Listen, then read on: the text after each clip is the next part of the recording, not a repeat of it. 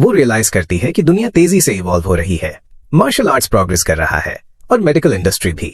हर दिन नई ज्यादा पावरफुल मेडिसिन सामने आती हैं, हर एक पिछली को जल्दी से पीछे छोड़ देती है। लेकिन उसकी फैमिली बिजनेस बहुत पीछे रह गई है। वो इसका दोषी उनकी पुरानी आदतें तोड़ने की अनिच्छुकता और कुछ भी शुरू करने से पहले इंटरनल डिस्कशंस की कांस्टेंट जरूरत को मानती है। ये हेजिटेशन उन्हें इंडिपेंडेंट रिसर्च करने से रोकता है। इस सब की वजह से पूरा बिजनेस अब कोलैप्स होने की कगार पर खड़ा है। अगर वे जल्दी ही एक नई और पावरफुल मेडिसिन प्रोड्यूस नहीं कर पाते तो इंडस्ट्री में उनकी प्रेजेंस अनसस्टेनेबल हो जाएगी। ये शॉप जो उसके पिता ने पर्सनली उसे दे दी थी अब खतरे में है। जैसे ही वो पिछले दरवाजे की तरफ चलती है वो एक डिसीजन लेती है। अगर वे खुद नई मेडिसिन डेवलप नहीं कर सकते तो उन्हें किसी ऐसे के साथ कोलैबोरेट करना होगा जो कर सकता है। उसके थॉट्स मिस्टर जोंग की तरफ जाते हैं, एक नेबरिंग सिटी में रिसर्चर जिसने हाल ही में एक प्रॉमिसिंग नया प्रोडक्ट डेवलप किया है। जैसे ही वो बैकरूम के पास पहुंचती है शॉपकीपर उसे नर्वसली ग्रीट करता है, पर वो उसे आगे निकल जाती है सीधे लैब की तरफ जाते हुए। शॉपकीपर पैनिक करना शुरू कर देता है। उसके दिमाग में वो खुद को फैंटेसी में बहता हुआ पाता है। वो उसे घूरता है, सोचता है कि वो कितनी खूबसूरत लगती है। उसके लिए वो एक सपने से आई राजकुमारी जैसी लगती है। लेकिन जैसे ही उसका डे ड्रीम शुरू होता है रियलिटी क्रैश हो जाती है। औरत उस पर चिल्लाना शुरू करती है, अब क्लियरली यूज्ड और दागदार लैब कोट उठाकर और एक्सप्लेनेशन मांगती है। वो जानना चाहती है कि उसने किसे उसकी लैब में घुसने दिया और इक्विपमेंट गंदा क्यों है। उसके चिल्लाने के बाद भी शॉपकीपर उसे गुस्से में भी और ज्यादा खूबसूरत पाता है। अपने गिल्ट को एक नर्वस एक्सप्रेशन के पीछे छुपाने की कोशिश करते हुए वो इंसिस्ट करता है कि उसने कुछ नहीं किया और दिखावा करता है कि उसे पता नहीं कि ये गड़बड़ कैसे हुई, पर औरत उसे काट देती है। वो उसे सब कुछ भूलने और अगले दिन काम पर न आने को कहती है। पैनिक्ड शॉपकीपर एक्सप्लेन करने का मौका मांगता है, पर वो पहले ही खुद लैब साफ करना शुरू कर चुकी है। वो गुस्से में सारे बिखरे हुए टूल्स और टूटे हुए इक्विपमेंट इकट्ठा करती है, उन्हें ट्रैश बिन में फेंक देती है। गड़बड़ सॉर्ट करते हुए उसकी आंखें एक स्ट्रेंज ट्यूब पर पड़ती हैं। एक अचानक रियलाइजेशन उसे हिट करता है, कंटेंट्स में एक म्यूटेंट ग्रीन लिजर्ड शामिल है। वो लिक्विड क्लोजली एग्जामिन करती है, नोटिस करती है कि लिजर्ड की स्किन पूरी तरह से हटा दी गई है। क्रीचर का एक एसेंशियल और पोटेंट हिस्सा अब उसकी छिपी हुई शक्तियों एक्टिवेट करने के लिए हटा दिया गया है। वो स्टन्ड है। उसने आज तक ऐसी मेथड के बारे में कभी नहीं सुना था। देखने से यहाँ किसी ने पूरी तरह ओरिजिनल मेडिसिनल प्रोसेस डेवलप करने की कोशिश की है। जो भी था उसने सिर्फ उसके इक्विपमेंट का यूज नहीं किया, उन्होंने अपना फॉर्मूला क्रिएट करने की कोशिश की। और इस तरह के अंडरटेकिंग के लिए मेडिसिनल केमिस्ट्री की गहरी समझ, एडवांस टूल्स तक एक्सेस और पैसों की एक सिग्निफिकेंट अमाउंट चाहिए। पर फिर उसे याद आता है कि वो खुद भी वही कर रही है। उसके थॉट्स कहीं और चले जाते हैं। जैसे ही उसकी आंखें एक और ट्यूब पर पड़ती हैं, एक ऐसी जो क्लियरली उसकी नहीं है। वो उसे उठाती है। वो घने लिक्विड से भरी हुई है, एक अनफेमिलियर कंकॉक्शन। जैसे ही वो उसे नजदीक लाती है एक हल्की स्मेल उसकी नाक तक पहुंचती है। वो तुरंत उसे पहचान लेती है, मूनस्टोन कंडेंसेशन की डिस्टिंक्ट अरोमा, और इसमें चमेलिया ब्रांच भी मिक्स है। वो शॉक्ड है, अचानक इंट्रीग्ड। वो अपनी उंगली पर थोड़ी अमाउंट डिप करती है और उसे टेस्ट करती है। उसके शरीर में एक जोल्ट दौड़ जाता है। इस मेडिसिन में कुछ ऐसा है जो उसे पूरी तरह ऑफ गार्ड कर देता है। इस बीच शॉप के बाहर निकाला गया शॉपकीपर फ्रस्ट्रेशन में चलता है, भड़बड़ाते हुए, और हर चीज का दोषी लू को ठहराता है। जैसे ही वो स्टोर को आखिरी बार देखता है वो शॉक्ड है कि बॉस उसकी तरफ दौड़ रही है, उसे रुकने के लिए चिल्ला रही है। वो विश्वास नहीं कर पाता कि शायद उसके लिए फीलिंग्स हों, पर इमोशंस उस पर हावी हों इससे पहले। वो उसे कॉलर से पकड़ लेती है, डिटर्मिन्ड है कि बिना परमिशन के उसकी लैब कौन यूज कर रहा था। उसे हल्का सा हिलाते हुए वो क्लियर करती है कि अगर वो जिम्मेदार आदमी ढूंढ लेता है तो वो उसे वापस ही नहीं रखेगी, बल्कि उसकी सैलरी डबल कर देगी। चक्कर खाते हुए पर कोऑपरेटिव आदमी मेंशन करता है कि उसके पास एक कॉन्टैक्ट नंबर है। ये सुनकर बॉस तुरंत उसका फोन ले लेती है, लिस्ट स्क्रॉल करते हुए। वो पहले ही जानती है कि जो टॉनिक उसने सैंपल किया था वो मार्केट की किसी भी चीज से बहुत ज्यादा सुपीरियर है। यूजुअल ब्लड फोर्टिफायर्स से कम 10 गुना ज्यादा स्ट्रॉन्ग, जो 100,000 में बिकते हैं। ये स्किन टोन को भी इंप्रूव करता है। और फिर भी इंग्रेडिएंट्स सरप्राइजिंगली बेसिक हैं, जिनका टोटल प्रोडक्शन कॉस्ट 5,000 येन से कम है। उसके लिए ये सिर्फ टॉनिक नहीं है, ये एक ब्रेक थ्रू है। बिना टाइम वेस्ट किए वो नंबर डायल करती है। इस बीच लू ट्रेनिंग में गहराई में है। जब वो अपनी आंखें खोलता है तो वो स्टार बॉडी रिफाइनमेंट टेक्निक की शेयर पावर पर हैरान होता है। एक रैंक 11 मार्शल मेथड के रूप में शरीर की पोटेंशियल जगाने की इसकी एबिलिटी एस्टॉनिशिंग है। इसके साथ नेचुरल ब्रीथिंग टेक्निक इफेक्ट को और भी ज्यादा बढ़ा देती है। उसकी हेल्थ मैट्रिक्स ड्रामेटिकली इंप्रूव हो गई है, और जो स्ट्रेंथनिंग डिकॉक्शन उसने पहले बनाया था वो पहले ही ग्रेट रिजल्ट्स दिखा रहा है। उसके पास 12 पोर्शंस है, जो 2 डोजेस हर दिन के लिए काफी है, और वो आने वाले हफ्ते में और रिफाइन करने के लिए डिटर्मिन्ड है। तभी उसका फोन बजता है। ये बॉस लेडी है जो अपना इंट्रोडक्शन सुजू के रूप में देती है, मेडिकल हॉल की हेड। वो उसके फॉर्मूला में इंटरेस्ट एक्सप्रेस करती है और कोलैबोरेशन प्रपोज करती है। लू हाउएवर इमीडिएट मीटिंग डिक्लाइन करता है। कोई और बात करने से पहले 1 हफ्ते का टाइम मांगता है। सुजू इस डिले से सेटिस्फाइड नहीं है। फ्रस्ट्रेटेड पर फोकस्ड, वो वापस गूनर की तरफ मुड़ती है और उसे 6 दिनों के अंदर लू ढूंढने का मिशन असाइन करती है और एक हैंडसम रिवॉर्ड इंतजार कर रहा है। गूनर एग्री करता है, उसकी अर्जेंसी से थोड़ा कंफ्यूज्ड होकर। जब लैब यूज करने वाले आदमी के बारे में पूछा जाता है तो वो एक्सप्लेन करता है कि वो सिर्फ एक स्टूडेंट था। ये रेवलेशन सुजू को और भी ज्यादा पजल्ड करता है कि आखिर ये मिस्टीरियस यंग मैन कौन है। कहीं और लू नींद में चला जाता है जहां वो एक मैसिव ज़ॉम्बी से लड़ने का सपना देखता है। ड्रीम में वो क्रीचर का सिर उड़ता हुआ भेज देता है तो एक रैंक 4 मार्शल आर्टिस्ट ज़ॉम्बी उसे हवा में पकड़ लेता है और एफर्टलेसली कुचल देता है। लू चार्ज करता है ज़ॉम्बी से हेड ऑन मिलते हुए, पर उसकी पहली स्ट्राइक उसकी अपनी से बहुत ज्यादा फोर्स से हिट करती है। भले ही वो उसे ब्लॉक कर लेता है, इम्पैक्ट से उसकी बाहों में दर्द दौड़ जाता है। क्रीचर फिर स्विंग करता है पर लू डॉज करता है और उसके पीछे स्लिप हो जाता है। उसके सिर के पीछे एक तेज किक मारता है। ज़ॉम्बी क्रैश होकर गिर जाता है और लू एक स्विफ्ट स्लैशिंग किक से फॉलो अप करता है जो फाइट एंड कर देता है। बैटल जीतने के बाद वो ज़ॉम्बी की पावर और मेमोरीज का एक पोर्शन अब्सॉर्ब करता है। जो वो देखता है उसे पता चलता है कि ज़ॉम्बी कभी मार्शल आर्टिस्ट रहा होगा, कोई जिसने मॉन्स्टर इन्वेजन के दौरान शहर की रक्षा करते हुए अपनी जान गंवाई थी। लू चुपचाप एक्नॉलेज करता है कि ये सिर्फ अपोनेंट नहीं था बल्कि एक शहीद योद्धा था जिसकी शक्ति और बहादुरी जिंदा थी। रियलाइजेशन उसके पंचेस के पीछे की पावर एक्सप्लेन करती है। अगर उसकी एक बाह गायब और अवेयरनेस की कमी नहीं होती तो लू एडमिट करता है कि शायद उसके पास कोई चांस नहीं होता। लगभग 1 हफ्ता गुजर चुका है जब से उसने advance techniques, star body refinement, natural breathing और क्रिस्टल विजुअलाइजेशन की प्रैक्टिस शुरू की थी। ब्लड और मसल एनहांसिंग डिकॉक्शन के साथ कंबाइन होकर उसकी फिजिकल कंडीशन ज़ॉम्बीज की मेमोरी के थैंक्स से तेजी से इंप्रूव हुई है। उसने अब एक नया फिस्ट टेक्निक भी मास्टर कर लिया है। लू समझता है कि अगर वो अपने फिजिकल आर्ट्स और ब्रीथिंग मेथड्स को परफेक्टली मर्ज कर पाता है तो उसकी स्ट्रेंथ एक्सपोनेंशियली मल्टीप्लाई हो सकती है। बाद में जब और अनडेड अटैक करते हैं तो वो अपनी पूरी एनर्जी एक सिंगल पंच में चैनल करता है। उसकी अपनी नई क्रिएट की गई टेक्निक जिसे फिक्स स्टार आउटबर्स्ट कहा जाता है। जमीन उसके पैरों के नीचे टूट जाती है जैसे ही शॉकवेव उसके दुश्मनों को पीछे धकेल देता है। ग्राइंडिंग सेशन के बाद अपना बॉय डोजो की तरफ जाता है। अंदर वो अटेंडेंट के पास जाकर टेस्टिंग मशीन यूज करने की रिक्वेस्ट करता है। भले ही वो उसके वापस आने पर अपनी आईब्रो उठाती है, सजेस्ट करती है कि शायद ये अपकमिंग एग्जाम की वजह से है। लू चीजों को कैजुअल रखता है। अंदर ही अंदर वो जानता है कि ज्यादातर लोग अपनी स्टैट्स साल में 1 या 2 बार ही चेक करते हैं और ये इस महीने उसकी दूसरी बार है। पर उसकी पावर कितनी तेज इवॉल्व हो रही है, अपडेटेड रहना समझदारी है। उसे रूम 206 असाइन किया जाता है और वो इवैल्यूएशन के साथ आगे बढ़ता है। नंबर्स स्क्रीन पर फ्लैश होते हैं। की स्कोर 15.6 जो रैंक 2 मार्शल आर्टिस्ट के थ्रेशोल्ड से बहुत आगे है। टेक्निक्स और टॉनिक्स के साथ जो उनके टाइम से हजारों साल आगे हैं, लू मानता है कि ये रिजल्ट नेचुरल ही है। नेक्स्ट कॉम्बैट असेसमेंट आता है। वो अपनी स्लीव ऊपर करता है और एक भारी पंच मारता है। सिस्टम 3100 की कॉम्बैट पावर कैलकुलेट करता है जो उसकी नई हासिल की गई फिस्ट टेक्निक के थैंक्स से रिक्वायर्ड मार्क से 2 गुना ज्यादा है। रियलाइज करते हुए कि कुछ टेक्निक्स उसकी कॉम्बैट रेटिंग को इन्फ्लुएंस कर सकती हैं, लू अपनी स्ट्रेंथ की लिमिट्स टेस्ट करने का डिसाइड करता है। वो अपनी स्टांस रीसेट करता है, गहराई से फोकस करता है और एनर्जी को फिक्स स्टार के एक रिफाइंड वर्जन में चैनल करता है। जैसे ही वो चैनल करता है उसकी आंखों में शक्ति चमकती है और एक पल में पूरा टेस्टिंग एरिया उसकी स्ट्राइक की फोर्स से शिफ्ट हो जाता है। रूम के बाहर अटेंडेंट उसके एग्जिट नोटिस करती है और उसके सैटिस्फाइड एक्सप्रेशन पर कमेंट करती है। उसका डे ड्रीम एक लड़के की आवाज से कट शॉर्ट हो जाता है जो उसे होश में लाता है। लड़के की बड़ी बहन न्यूआंग एक renowned martial arts academy master की बेटी है और तुरंत उस यंग मैन के बारे में पूछती है जो अभी निकला था।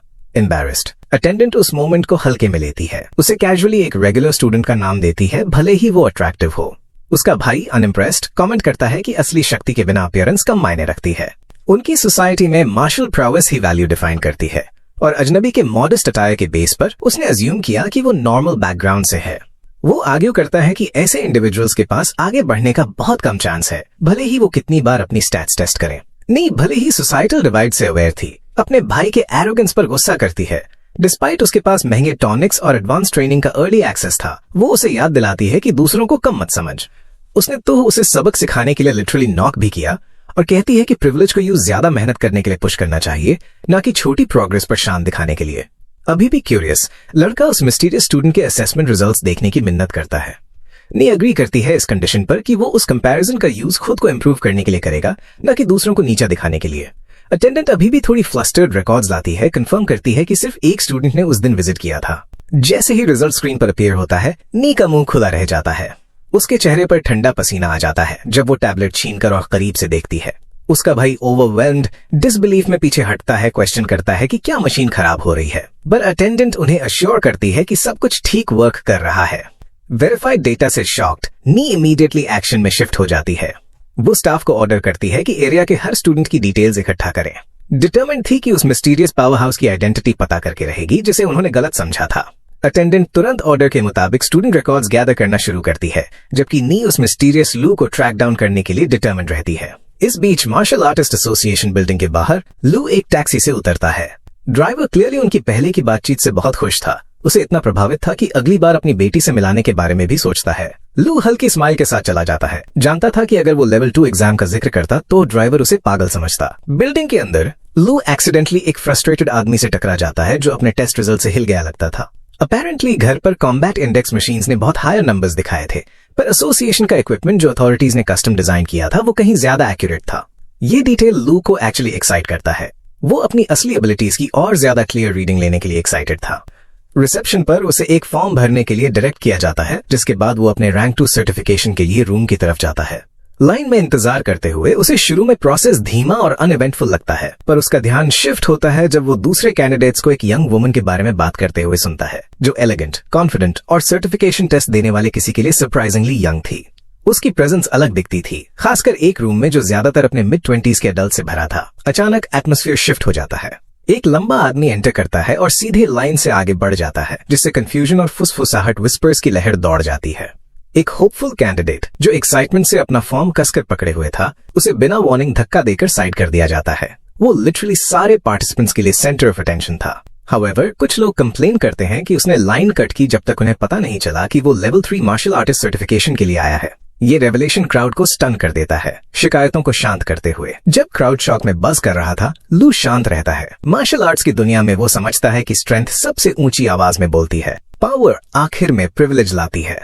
स्टाफ फिर उस लंबे आदमी शाओ चोंग फन को आगे बुलाते हैं ताकि उसका की स्टेटस इवैल्यूएशन शुरू हो। जैसे ही रूम शांत हो जाता है, आउटकम का इंतजार करते हुए। भले ही कंफर्मेशन प्रोसेस पूरा नहीं हुआ था, यंग वुमन को अभी भी विश्वास नहीं हो रहा था कि जाओ को लाइन स्किप करने दिया गया। हाउएवर, जैसे ही उसका की इंडेक्स 107 पर स्क्रीन पर फ्लैश होता है, ये साफ हो जाता है कि वो सिर्फ क्वालिफाइड नहीं है, बल्कि रैंक 3 मार्शल आर्टिस्ट के मिनिमम से बहुत ऊपर है। अगला टेस्ट शुरू होता है जब शाओ अपनी स्ट्राइक अनलीश करता है। उसकी शेयर फोर्स से रूम में एक शॉक वेव दौड़ जाती है। कई एप्लीकेंट्स को उनके पैरों से हटा देती है, जबकि ज्यादातर सीधे खड़े रहने के लिए स्ट्रगल करते हैं। लू फर्म खड़ा रहता है, अनफेज्ड। एग्जामिनर सरप्राइज पर कंपोज्ड एक एक्स्ट्रॉर्डिनरी रिजल्ट अनाउंस करता है।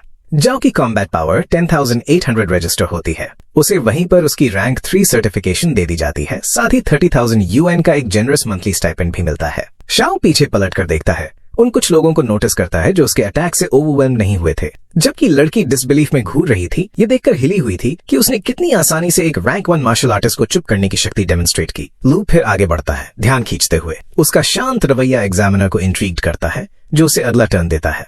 क्राउड क्यूरियोसिटी से देखता है। जब वो तैयार होता है, टेस्ट शुरू होता है और उसकी की रेटिंग अपीयर होती है 15.7। शॉक रूम में फैल जाता है। डिसबिलीफ की फुसफुसाहट, विस्पर्स फैलती है। किसी ने इतने यंग से ऐसे रिजल्ट की उम्मीद नहीं की थी। कुछ स्पेकुलेट करते हैं कि वो रेयर टॉनिक्स पर पला है। यहाँ तक कि शाओ को भी विश्वास नहीं हो रहा था कि एक 18 साल का लड़का ऐसी स्टैट्स रख सकता है जो रैंक 2 थ्रेशोल्ड को सरपास करती है।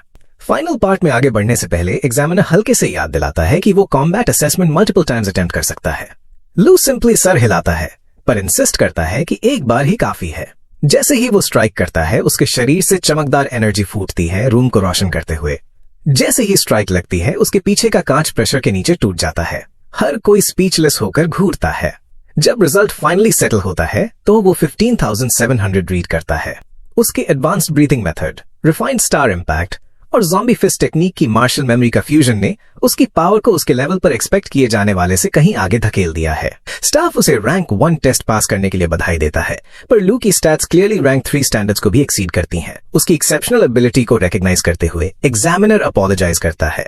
उसकी करंट पोजीशन उसे रैंक 1 से ऊंची सर्टिफिकेशंस या ऑफिशियल रिकॉग्निशन देने की इजाजत नहीं देती। वो तुरंत सीनियर ऑफिशियल्स को केस रिपोर्ट करने दौड़ता है, इस रेयर टैलेंट को उनके ध्यान में लाने के लिए डिटरमिन्ड होकर। यहाँ तक कि वो अपना करियर दांव पर लगाने की भी कसम खाता है ताकि लू को वो रिकॉग्निशन मिले जो वो डिजर्व करता है। जैसे ही लू जाने की तैयारी करता है, एक साया उसके पीछे छा जाता है। ये जाओ है, और जैसे ही वो अपना हाथ स्विंग करता है, ऐसा लगता है जैसे मारने वाला हो, पर पता चलता है कि वो सिर्फ पोलाइट ग्रीटिंग के लिए हाथ आगे बढ़ा रहा था। लू वही जेस्चर से रिस्पॉन्ड करता है, शाओ से चुपचाप संतुष्टि हासिल करते हुए। एक एक करके रूम में दूसरे लोग भी लू को ग्रीट करते हैं, जो थोड़ी देर बाद मार्शल आर्टिस्ट एसोसिएशन के असेसमेंट चेंबर से जल्दी से निकल जाता है। बाहर शिंगी और उसके फ्रेंड्स अपनी सीनियर यांग का इंतजार कर रही हैं, जो अपना सर्टिफिकेशन टेस्ट दे रही है। लड़कियों में से एक जो पर्पल जैकेट पहने हुए थी कॉन्फिडेंटली शेक ही मारती है कि रैंक 1 असेसमेंट यांग जैसे गिफ्टेड किसी के लिए कितना आसान होगा। शिंगी एग्री करते हुए सर हिलाती है, पर उसका ध्यान शिफ्ट होता है जब वो अपने बड़े भाई को बिल्डिंग से बाहर आते हुए नोटिस करती है। लू आगे बढ़ता है और दोनों भाई बहन टेंस ग्लांसेस एक्सचेंज करते हैं। शिंगी हैरान है कि वो वहां है। जानती थी कि वो आमतौर पर स्कूल अवॉइड करता है और अपने दिन सोते हुए बिताता है। लू वो कितना जानती है उस बात से कॉट ऑफ गार्ड होकर इस बात को हल्के में लेता है। क्लेम करता है कि उसे कुछ काम था। उसकी फ्रेंड पर्पल में लड़की अपना इंट्रोडक्शन फन के रूप में देती है, भले ही सब उसे फैन कहते हैं, और पॉइंट आउट करती है कि लू बिल्कुल भी लेजी ब्रदर जैसा नहीं लगता जैसा शिंगी ने डिस्क्राइब किया था। इस पर उसकी बहन से तेज घूरना शार्प ग्लेयर मिलता है, पर लू बस उसका सर थपथपाता है और चला जाता है। उसके जाने के बाद ग्रुप अपनी सीनियर यांग को टेस्ट हॉल से वापस आते हुए स्पॉट करता है। वो विजिबली थकी हुई लगती है और रिवील करती है कि कुछ अनयूजुअल हुआ है। असेसमेंट्स अभी के लिए होल्ड पर रख दिए गए हैं। क्यूरियस लड़कियां डिटेल्स के लिए फोर्स करती हैं। वो शेयर करती है कि उनके एज के आसपास के किसी ने एक्सपेक्ट किए जाने वाले से कहीं आगे की स्टैट्स दिखाई। की 15.7 पर, कॉम्बैट पावर रैंक 3 लेवल से ऊपर और एक CPI 15,000 से ज्यादा। इसने उसकी कॉन्फिडेंस हिला दी। एक पल के लिए उसका सारा सेल्फ बिलीफ इनसिग्निफिकेंट महसूस हुआ। जब वो मेंशन करती है कि जिम्मेदार आदमी लू था, तो उसके जूनियर स्पीचलेस रह जाते हैं। इस बीच लू अपना फेवरेट स्नैक चबाते हुए अपने कदम रोकता है जब वो 3 बूढ़ी औरतों को ब्लैक सूट्स में आदमियों के बारे में फुसफुसाते हुए नोटिस करता है। उनके धीमे शब्दों से पता चलता है कि ये आदमी प्रेस्टीजियस हुंगुआन मार्शल आर्ट्स एकेडमी के स्काउट्स हैं जो किसी को ढूंढ रहे हैं। लू अपने बजते फोन पर नजर डालता है। ये मेडिकल हॉल वाला आदमी कॉल कर रहा है। वो इग्नोर करता है जबकि जानता है कि उसके पास जो भी फ्यूचर मेडिसिन फॉर्मूलाज हैं वो उसे एनॉर्मस वेल्थ दे सकती हैं। पर फिलहाल उसे ज्यादा जांच करनी होगी उससे पहले कि वो उन्हें किस पर विश्वास करे। घर पर लू जल्दी से सो जाता है और एक फेमिलियर ड्रीम में चला जाता है।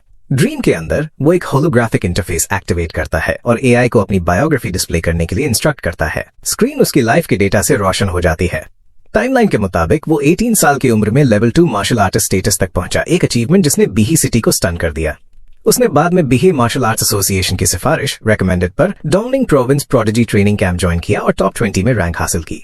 डोंगनिंग मार्शल आर्ट्स यूनिवर्सिटी से ग्रेजुएट होने के बाद उसने मिलिट्री में सर्व किया। 5 साल बाद कैप्टन के रूप में इज्जत से रिटायर हुआ। फिर उसने बाई सिटी में सेक्रेड मार्शल RTS एकेडमी की स्थापना की। 45 की उम्र तक उसने रैंक 6 अचीव की। 50 पर उसने रैंक 7 में ब्रेक करने की कोशिश की पर फेल हो गया। आखिर में वो 87 की उम्र में मॉन्स्टर एम्बुश में मरा गया। अपने आप के इस फ्यूचर वर्जन पर रिफ्लेक्ट करते हुए लू रियलाइज करता है कि कितना कुछ बदल चुका है। सिर्फ एक हफ्ता पहले वो रैंक 4 मार्शल आर्टिस्ट था, 37 पर मरने के लिए तय था। अब ये फ्यूचर एक लंबी जिंदगी और ऊंची उपलब्धियां, हायर अकम्प्लिशमेंट्स पेंट करता है। फिर भी वो जानता है कि ये काफी नहीं है। बड़ी स्कीम में रैंक 6 या 7 वॉरियर भी दुनिया की किस्मत को इन्फ्लुएंस नहीं कर सकता। अगर वो सच में मानवता का रास्ता बदलना चाहता है तो उसे ऊंचा एम करना होगा, शायद रैंक 10 या इवन 11। ये एक लगभग इम्पॉसिबल ड्रीम है, पर लू डिटरमिन्ड है। फ्यूचर अभी भी मैलिएबल है। इस बीच पूरे बाई सिटी में शियाओ अपने ऑफिस में देर रात तक काम करता है, कैलिग्राफी लिखते हुए जब वो स्क्रीन पर किसी के साथ मार्शल आर्ट्स प्रोग्रेस डिस्कस कर रहा होता है। दूसरा आदमी उसकी लिखावट की तारीफ करता है और विश्वास व्यक्त करता है कि शियाओ जल्द ही रैंक 7 में ब्रेक थ्रू करेगा। शियाओ भले ही पोलाइट था, सच्चाई की चुभन महसूस करता है। वो रैंक 6 पर बहुत देर से अटका हुआ है। अपने एफर्ट्स के बाद भी बाई सिटी नए मार्शल टैलेंट को पैदा करने में स्ट्रगल करता है। स्ट्रॉन्ग मार्शल फैमिलीज या रिच रिसोर्सेज के बिना यंग फाइटर्स अक्सर बेहतर अपॉर्चुनिटीज के लिए चले जाते हैं। जैसे ही कॉल एंड होता है, शियाओ को याद आता है कि ट्रेनिंग कैंप तेजी से नजदीक आ रहा है और एक स्ट्रॉन्ग पार्टिसिपेंट के बिना बाई सिटी की रेपुटेशन खराब हो जाएगी।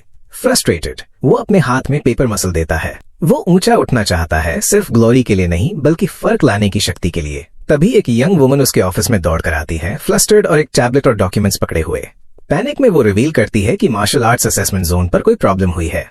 शियाओ हैरान हो जाता है जब उसकी सेक्रेटरी बिना नॉक किए अंदर घुस जाती है। वो जल्दी से अपोलोजाइज करती है और एक्सप्लेन करती है कि असेसमेंट एग्जामिनर ने अभी कुछ शॉकिंग खबर दी है। खबर एक स्टूडेंट जिसका नाम लू है के बारे में। क्यूरियस शियाओ उसे टैबलेट छीन लेता है और असेसमेंट फुटेज प्ले करता है। जैसे ही वो डेटा रिव्यू करता है, वो स्टन्ड हो जाता है कि लू ने एक फिस्ट टेक्निक को परफेक्शन स्टेज तक मास्टर कर लिया है। एक एक्सट्रीमली रेयर अचीवमेंट, खासकर इतने यंग किसी के लिए। पूरी दुनिया में उसके एज के कम ही 10 इंडिविजुअल्स ये क्लेम कर सकते थे। पर फिर एक उलझन में डालने वाला डिटेल उसके ध्यान को खींचता है। लू की कॉम्बैट पावर 15,000 से ऊपर है, भले ही उसकी की स्टेटस सिर्फ 15.7 है। ये मेल नहीं खाता। यहाँ तक कि परफेक्शन स्टेज फिस्ट टेक्निक के साथ भी बूस्ट इतना एक्सट्रीम नहीं होना चाहिए। रियलाइजेशन उस पर डाउन होता है कि ये लड़का सिर्फ टैलेंटेड ही नहीं हो सकता, वो गिफ्टेड हो सकता है, जिसे कल्टिवेटर्स गिफ्टेड कहते हैं। शियाओ की एक्साइटमेंट कंट्रोल करना मुश्किल है और वो सेक्रेटरी को सेलिब्रेटरी जेस्चर में जमीन से ऊपर उठा देता है, जिससे वो सरप्राइज में ब्लश कर जाती है। वो एक्सप्लेन करता है, ज्यादातर खुद से, कि gifted martial artist exceptional potential के साथ पैदा होते हैं। अवेकनिंग पर उन्हें मैसिव की बूस्ट्स और यूनिक टैलेंट्स मिलते हैं। कुछ को इनक्रेडिबल स्ट्रेंथ मिलती है, दूसरों को लाइटनिंग स्पीड। वे रेयर होते हैं और लू प्रोफाइल में फिट बैठता है। बिना टाइम वेस्ट किए शियाओ अपना सिग्नेचर रेड सूट पहनता है और सीधे लू के फैमिली से मिलने जाता है। वो इसे अपना फर्ज मानता है कि ऐसे रेयर जेम को दुनिया में लाने के लिए पेरेंट्स को थैंक करे। इस बीच एक अलग लोकेशन पर नी जूनियर रिपोर्ट करता है कि उन्होंने लड़के को आइडेंटिफाई कर लिया है। वो बेसिक बैकग्राउंड इन्फो शेयर करता है। लू बीही में एक स्टूडेंट है। उसके पिता एक डिलीवरी कंपनी के लिए काम करते हैं। उसकी मदर एक सुपरमार्केट कैशियर है और उसकी एक छोटी बहन है जो अभी हाई स्कूल के पहले साल में है। वे सैफायर स्टेट ब्लॉक 15 में रहते हैं। जैसे ही रिपोर्ट एंड होता है, नी को कॉल आता है कि शियाओ पहले ही अपनी चाल चल चुका है। वो तुरंत अपने जूनियर को पेरेंट्स और छोटी बहन दोनों के लिए एलिगेंट गिफ्ट्स खरीदने के लिए इंस्ट्रक्ट करती है, बिना किसी हेजिटेशन के। लू के घर पर मेडिटेट करते हुए लू को अपनी बहन की आवाज आती है जो सरप्राइजिंगली पोलाइट थी, कुछ ऐसा जिसे वो आदी नहीं था। वो उसका पीछा करते हुए लिविंग रूम तक जाता है और स्टन्ड हो जाता है शियाओ को अपने कंफ्यूज्ड फैमिली मेंबर्स के बीच में बैठे हुए देखकर। आदमी खड़ा होता है अपना इंट्रोडक्शन देने के लिए जब लू उसे पोलाइट और कंपोज डिमीनर के साथ ग्रीट करता है। शियाओ लड़के के संयम से इम्प्रेस्ड होकर नोट करता है ये कोई ऑर्डिनरी आदमी नहीं है।